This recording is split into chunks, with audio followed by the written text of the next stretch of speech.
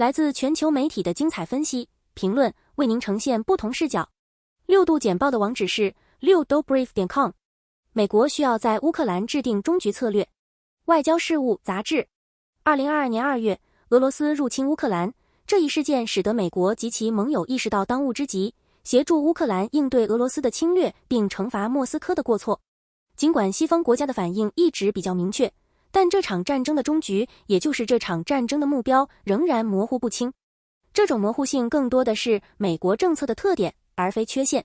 正如国家安全顾问杰克·沙利文在2022年6月所说，事实上，我们确实没有明确阐述我们认为的终局，我们一直关注的是如何在今天、明天、下周加强乌克兰人的实力，首先是在战场上，最终在谈判桌上。这种做法在冲突初始几个月是有道理的。当时战争的走势还不明朗，乌克兰总统弗拉基米尔·泽连斯基仍在谈论他与俄罗斯总统弗拉基米尔·普京会面的准备工作，而西方尚未向基辅提供复杂的地面火箭系统，更不用说坦克和远程导弹了。此外，美国无法就一场自己的军事行动的目标发表意见，因为战争的牺牲品是乌克兰人，无论华盛顿想要什么，他们最终可以决定何时停止战斗。但现在是美国制定战争终局策略的时候了。15个月的战斗清楚地表明，无论是哪一方，甚至在外部援助的帮助下，都无法在军事上取得决定性的胜利。无论乌克兰军队能够解放多少领土，俄罗斯都将保持对乌克兰构成持久威胁的能力。乌克兰军队还将有能力威胁俄罗斯占领的乌克兰境内的任何地区，并对俄罗斯本土的军事和民用目标造成损失。这些因素可能导致一场毫无结果的持久冲突。因此，美国及其盟友面临着一项关于未来战略的选择。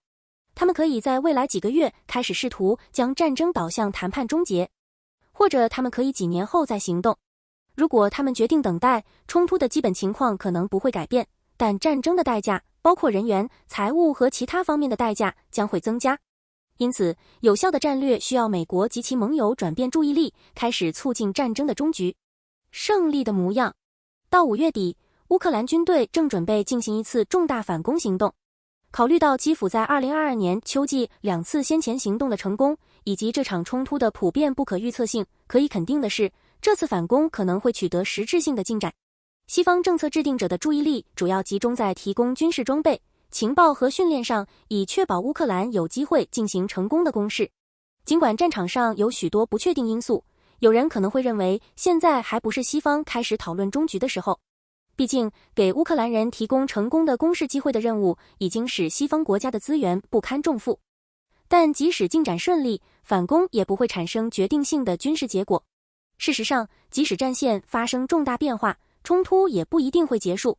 更广泛的说，当一方军队在地图上达到某个临界点时，国际间的战争通常不会结束。换句话说，领土征服或重新征服本身并不是战争结束的形式。乌克兰也是如此，即使基辅能够取得超出所有预期的成功，迫使俄罗斯军队撤离到国际边界，莫斯科也未必会停止战斗。但西方很少有人期望在任何时候实现这一目标，尤其是在近期。相反，人们对未来几个月抱有乌克兰在南部取得一些收获的乐观预期，例如重新夺回扎波罗热和赫尔松地区的部分地区，或者在东部击退俄罗斯的进攻。这些潜在收获将是重要的，当然也是可取的。更少的乌克兰人将遭受俄罗斯占领的不可言喻的恐怖。基辅可能会重新夺回对欧洲最大的扎波罗热核电站等重要经济资源的控制权。俄罗斯将遭受对其军事能力和全球声望的进一步打击，进一步增加了对莫斯科而言的战略灾难的代价。西方首都的希望是，基辅在战场上的收获将迫使普京坐到谈判桌前。如果乌克兰的进展使克里姆林宫更愿意妥协，那么唯一的办法就是通过正常的外交渠道来了解这一点。建立这样的渠道不应该让乌克兰或其西方伙伴减轻对俄罗斯的压力。有效的战略需要既有威慑又有外交手段，两者不能以损害对方为代价，而等待来为谈判铺平道路也是有代价的。盟友和乌克兰越久没有制定外交战略，采取第一步的政治代价就会越高。随着时间的推移，采取行动开启谈判渠道的政治代价将会上升。已经可以肯定的是，美国及其盟友采取的任何开启外交渠道的行动，即使得到乌克兰的支持，都必须小心处理，以免被描绘为政策的逆转或西方对基辅支持的放弃。开始准备意味着在战斗中继续帮助基辅，并开始与盟友和乌克兰讨论终局的问题。原则上，与俄罗斯开启谈判的同时，应与在战场上施加压力的行动相辅相成，而不是相互矛盾。如果乌克兰的进展使克里姆林宫更愿意妥协，唯一能知道这一点的方法就是通过一个有效的外交渠道。建立这样的渠道不应该让乌克兰或其西方伙伴减轻对俄罗斯的压力。有效的战略需要既有威慑又有外交手段，两者不能以损害对方为代价。而等待来为谈判铺平道路也是有代价的。盟友和乌克兰越久没有制定外交战略，采取第一步的政治代价就会越高。随着时间的推移，采取行动开启谈判渠道的政治代价将会上升。已经可以肯定的是，美国及其盟友采取的任何开启外交渠道的行动，即使得到乌克兰的支持，都必须小心处理，以免被描绘为政策的逆转或西方对基辅支持的放弃。开始准备意味着在战斗中继续帮助基辅，并开始与盟友和乌克兰讨论终局的问题。原则上，与俄罗斯开启谈判的同时，应与在战场上施加压力的行动相辅相成，而不是相互矛盾。如果乌克兰的进展使克里姆林宫更愿意妥协，唯一能知道这一点的方法就是通过一个有效的外交渠道。建立这样的渠道不应该让乌克兰或其西方伙伴减轻对俄罗斯的压力。有效的战略需要既有威慑又有外交手段，两者不能以损害对方为代价。总之，乌克兰冲突的终局将是一个复杂而艰难的过程。无论是通过军事手段还是外交途径，解决这场冲突都需要国际社会的共同努力。在这一过程中，西方国家需要密切与乌克兰合作，同时寻求与俄罗斯进行对话，以寻求持久的和平解决方案。唯有如此，才能为乌克兰和整个地区带来真正的和平与稳定。媒体非但没有启发性，反而加剧了乌克兰的战争迷雾。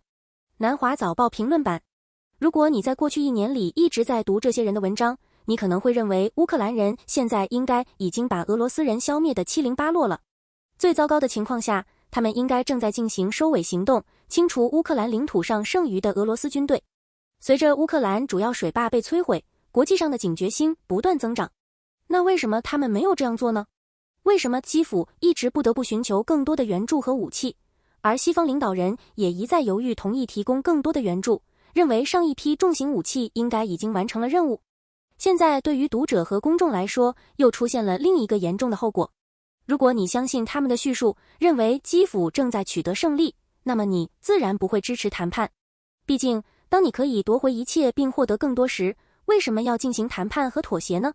如何努力实现让弗拉基米尔·普京的政权崩溃，并将他绳之以法在海牙受审的目标呢？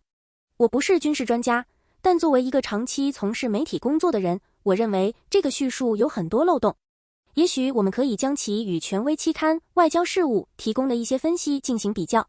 我没有订阅这本期刊，因为太贵了，但我的朋友阿尔伯特与我分享了一些在线的副本，希望不要起诉我。阿尔伯特刚刚给我发来了一篇批评性评论，抨击美国对外关系委员会，该委员会出版该期刊是美国政治、媒体和军事机构的核心。也许正是因为这个原因，他可以发表更客观的分析。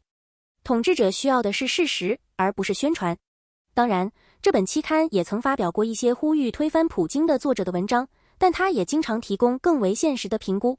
这篇期刊的最新文章对我来说非常有道理。文章的标题很简单，一场无法获胜的战争，华盛顿需要乌克兰的终局，作者主张迫切需要为谈判和平铺平。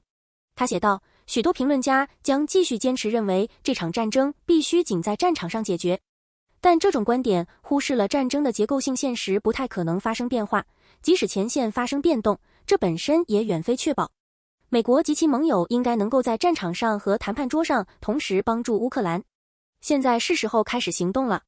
如果你认为双方都陷入了僵局，互相牵制，那么这将是一个理性的立场，因此在投入更多人员到战斗中，对结果几乎没有什么影响。但我们怎么知道到底是怎样的情况呢？也许通过参观前线、采访北约最高指挥官，或者相信我们的直觉或道德偏好。也许我们可以多看点 BBC 和 CNN。好运吧！我们生活在一个充满媒体的世界，拥有自己构建的现实，没有逃脱的可能性。谢谢收看评论简报，这是由6度简报团队为您制作的内容。六度简报的网址是6dobrief.com，专门面对全球精英、专业人士。